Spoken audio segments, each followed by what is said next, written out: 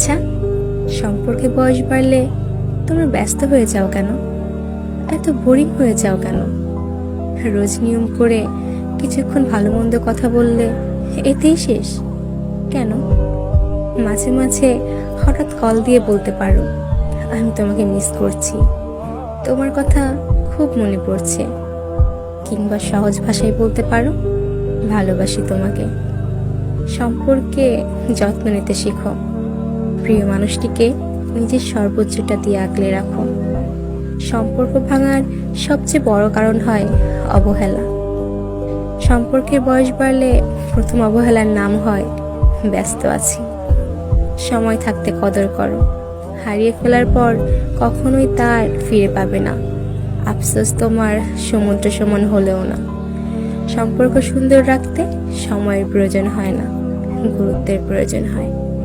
গুরুত্ব দাও।